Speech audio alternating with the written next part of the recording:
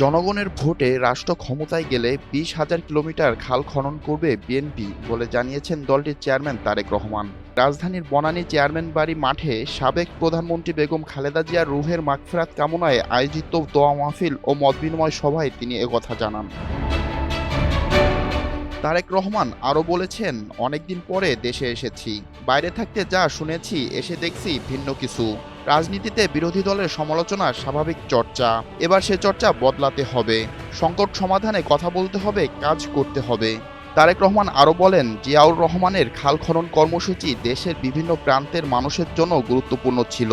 ঢাকা শহরের বাসিন্দারাও এখন খাল খননের প্রয়োজনীয়তা বোধ করছেন, কারণ একের পর এক খাল বন্ধ হয়ে যাওয়ায় সমস্যার সৃষ্টি হচ্ছে। বিএনপি চেয়ারম্যান বলেন, নির্বাচিত হয়ে ক্ষমতায় যেতে পারলে সারা দেশে ২০,০০০ কিলোমিটারের মতো খাল খনন করার পরিকল্পনা রয়েছে বিএনপির। বিএনপি চেয়ারম্যান আরও বলেন, ঢাকার সবুজায়ন কমেছে। ১৭ বছর আগে বাধ্য হয়ে দেশের বাইরে চলে যেতে হয়েছে। ফিরে আসার পর মনে হয়েছে সবুজ কমে গিয়েছে আগের তুলনায়। মনে হয়েছে ঢাকার সবকিছু শুকনো হয়ে গিয়েছে।